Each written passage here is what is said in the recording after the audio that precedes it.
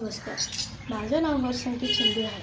आज मी तुम्हाला संत तुकाराम महाराजांबद्दल काही माहिती देणार आहे. त्याआधी त्यांनी लिहिलेल्या एका अभंग बोलून दाखवणार आहे. जो का रंजले गांजले त्याची म्हणे जो आपुले, तोसी साधू ओळखावा देवतेची जाणावा. आता मी तुम्हाला संत तुकाराम महाराजांबद्दल माहिती सांगणार आहे.